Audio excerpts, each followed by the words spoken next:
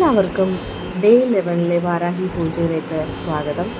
അപ്പോൾ നമ്മൾ already plan ചെയ്തിട്ടുണ്ടായിരുന്നു ഡേ 1 മുതൽ ഡേ 11 വരെയുള്ള പ്രെയർ. അപ്പോൾ അത് ഇന്ന് ലാസ്റ്റ് പ്രെയറാണ് നടക്കുന്നത്. അപ്പം എല്ലാവരും ഇതുവരെയുള്ള എല്ലാ ദിവസങ്ങളിലും പാർട്ടിസിപ്പേറ്റ് ചെയ്തിട്ടുണ്ടായിരുന്നു. അവരെയൊക്കെ ഇതിൽ വന്നിട്ടുള്ള കമൻറ്റുകളെല്ലാം തന്നെ പ്രാർത്ഥനയിൽ ഉൾപ്പെടുത്തിയിട്ടുണ്ടായിരുന്നു. എല്ലാവർക്കും വാരാഹി അമ്മയുടെ അനുഗ്രഹം ലഭിക്കട്ടെ. അനുഗ്രഹം എന്തായാലും തീർച്ചയായിട്ടും ഉണ്ടായിരിക്കും. വിശ്വാസത്തോടു കൂടി പ്രാർത്ഥിക്കുന്നവരാണോ നിങ്ങൾ, ഉറപ്പായിട്ടും ദേവിയുടെ അനുഗ്രഹം ഉണ്ടാകട്ടെ. അപ്പോൾ ഞാൻ ഇന്നിവിടെ പറയാൻ പോകുന്നത് വാരാഹി അമ്മയെക്കുറിച്ചാണ്. നമുക്കെല്ലാവർക്കും അറിയാം വാരാഹി അമ്മ എന്ന് പറയുന്നത് ഒരു മൃഗരൂപം പൂണ്ട ദേവിയാണ്. പൊതുവേ മൃഗരൂപം പൂണ്ട ദേവന്മാർക്ക് ഒരു പ്രത്യേക പവറാണ്. അതായത് നമുക്ക് അത് പറഞ്ഞറിയിക്കാൻ പറ്റത്തില്ല എത്രത്തോളം, പക്ഷേ മനസ്സിലാക്കാൻ പറ്റുമെന്ന് ഞാൻ വിശ്വസിക്കുന്നു. അതായത് ഒരു എക്സാമ്പിളായിട്ട് പറയാം, അല്ലെങ്കിൽ ഒരു ഉദാഹരണം പറയാം. നമ്മുടെ മഹാഗണപതി, അതായത് വിഘ്നവിനായകൻ ഭഗവാനെ നമ്മൾ ഏതൊരു നല്ല കാര്യത്തിന് നമ്മൾ ശ്രമിച്ചിട്ടുണ്ടെങ്കിലും നമ്മൾ ഫസ്റ്റ് ഭഗവാനെ സ്മരിച്ചിട്ടോ അല്ലെങ്കിൽ ഭഗവാനെ എന്തെങ്കിലും വഴിപാട് കഴിപ്പിച്ചിട്ടായിരിക്കും നമ്മൾ ആ ഒരു കാര്യം നടത്തുക. അപ്പോൾ അതിന് ഒരു തടസ്സവും കൂടാണ്ട് നടന്നു കിട്ടാനാണ്. അതങ്ങനെ തന്നെ വാസ്തവമുള്ള കാര്യമാണ്, ഞാൻ പറയാതെ എല്ലാവർക്കും അറിയുന്നുണ്ട്. അതുപോലെ തന്നെയാണ് വാരാഹി അമ്മയുടെ. വാരാഹി അമ്മ വരാഹരൂപം പൂണ്ട ദേവിയാണ്, വളരെ പവർഫുള്ളാണ്. ഈ പറഞ്ഞ പോലെ തന്നെ നമ്മളിന്ന് കണ്ണടച്ച് തുറക്കും മുന്നേ ദേവിയുടെ അനുഗ്രഹം ലഭിക്കും. അത്ര പവർഫുള്ളാണ് ദേവിയുടെ ശക്തി എന്ന് പറയുന്നത്. ഒരുപാട് പേര് ചോദിക്കുന്ന ചോദ്യങ്ങളാണ്, ഞങ്ങൾക്ക് എന്താ അനുഗ്രഹം ലഭിക്കാത്തത്, ഞങ്ങളുടെ പ്രാർത്ഥന കേൾക്കുന്നില്ലേ ദേവി? ശരിക്കും അത് അങ്ങനെ ഒരു ചിന്ത വരാൻ പാടില്ല. ദൈവം നമ്മളെ സൃഷ്ടിച്ചതാണ്. ഉറപ്പായിട്ടും നമുക്ക് ചെയ്യേണ്ടതായിട്ടുള്ള എല്ലാ കർമ്മങ്ങളും, എന്തൊക്കെ കർമ്മങ്ങളാണോ നമുക്ക് നമ്മുടെ തലയിൽ എഴുതിയിരിക്കുന്നത്, അതെല്ലാം തന്നെ നമ്മൾ ചെയ്യണം. ചിലപ്പോൾ ആ ഒരു കർമ്മം ചെയ്യുന്നതിലൂടെ നമുക്ക് നല്ല ഒരു നേട്ടം അല്ലെങ്കിൽ നല്ലൊരു കാര്യം നമുക്ക് ജീവിതത്തിൽ സംഭവിക്കാം.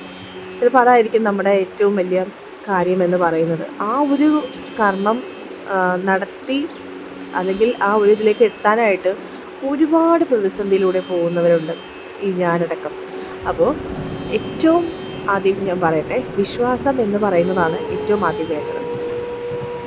വിശ്വാസത്തോടെ മാത്രമേ നമുക്ക് ഒരു പ്രാർത്ഥനയായാലും എന്തായാലും ഓക്കെ. വിശ്വാസമില്ല എങ്കിൽ എന്താ, അതിനെന്തെങ്കിലും ഒരു ഉപയോഗമുണ്ടോ? നിങ്ങൾ തന്നെ ചിന്തിച്ച് നോക്കൂ. പിന്നെ അതുപോലെ എനിക്ക് പറയാനുള്ള കാര്യം, ദേവി അതിഭയങ്കരമായ ശക്തിയുള്ള ദേവിയാണ്. അപ്പോൾ ദേവിയുടെ മന്ത്രങ്ങൾ ഒരു തെറ്റ് കൂടാണ്ട് കറക്റ്റ് അതിൽ കൊടുത്തിരിക്കുന്നത് പോലെ തന്നെ ജപിക്കുക. ചെറിയ കുട്ടികൾക്ക് വരെ ജപിക്കാം, പക്ഷെ അത് ഞാൻ പറഞ്ഞല്ലോ, തെറ്റ് കൂടാണ്ട് ജപിക്കാൻ പഠിപ്പിക്കുക. അത് വേറൊരു കാര്യം എന്ന് വെച്ച് കഴിഞ്ഞാൽ, നമ്മൾ സന്ധ്യാനാമം ചൊല്ലുമല്ലോ അല്ലേ, അത് നമുക്കറിയാം. നമുക്കത് ഞാൻ ഈ പറയുമ്പം എത്രത്തോളം നിങ്ങൾ മനസ്സിലാക്കുമെന്ന് എനിക്കറിയില്ല, പക്ഷെ എന്നാലും എൻ്റെ ഒരു അറിവനുസരിച്ച് ഞാൻ പറഞ്ഞു തരട്ടെ. അപ്പോൾ നമ്മളത് തെറ്റുകൂടാതെ കഴിവതും നല്ല രീതിയിൽ ജപിക്കാൻ നോക്കും. അതുപോലെ തന്നെയാണ് ഇവിടെ ഏതൊരു മന്ത്രജപം ആയിക്കോട്ടെ, അത് നമ്മൾ തെറ്റുകൂടാതെ ജപിക്കണം. അതാണ് അതിൻ്റെ ഒരു ശരി. വിശ്വാസവും വേണം. ചെറിയ കുട്ടികൾക്ക് ജപിക്കാം. മിക്കവാറും ഉള്ള കുട്ടികൾക്ക് പഠിക്കുന്നത് മനസ്സിലാവില്ല, പരീക്ഷകളിൽ ഒരു കോൺസെൻട്രേഷൻ അല്ലെങ്കിൽ പഠിക്കാനൊരു കോൺസെൻട്രേഷൻ കിട്ടില്ല, നല്ലപോലെ എഴുതാൻ പറ്റില്ല. അതുപോലെ ഭയങ്കര വാശി, ദേഷ്യം, അങ്ങനെയൊക്കെ ഉള്ളവർക്കൊക്കെ ഏറ്റവും അനുയോജ്യമായ മന്ത്രമാണ് ഇന്ന് ഞാൻ നിങ്ങളെ പരിചയപ്പെടുത്താൻ പോകുന്നത്. അതുകൂടാതെ തൊഴിൽ രഹിതർക്കും സന്താന ലഭ്യതയ്ക്കും ഒക്കെ വേണ്ടിയിട്ടുള്ള ഒരു അത്ഭുത മന്ത്രമാണ്. ഇന്നത്തെ ആ മന്ത്രം എത്രയും പവർഫുള്ളാണെന്നുള്ളതാണ് നിങ്ങൾ മനസ്സിലാക്കേണ്ടത് ആദ്യം തന്നെ. അതുപോലെ വേറൊരു കാര്യം എന്ന് പറയുന്നത്, വാരാഹി അമ്മയുടെ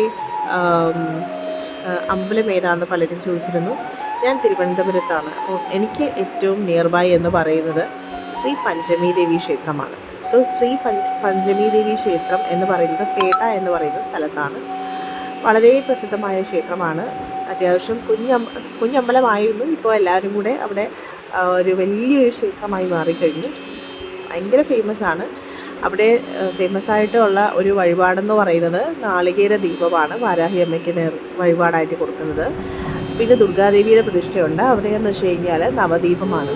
അപ്പോൾ നമ്മളൊരു കാര്യം മനസ്സിൽ വിചാരിച്ചിട്ട് ചുറ്റമ്പലം ചുറ്റി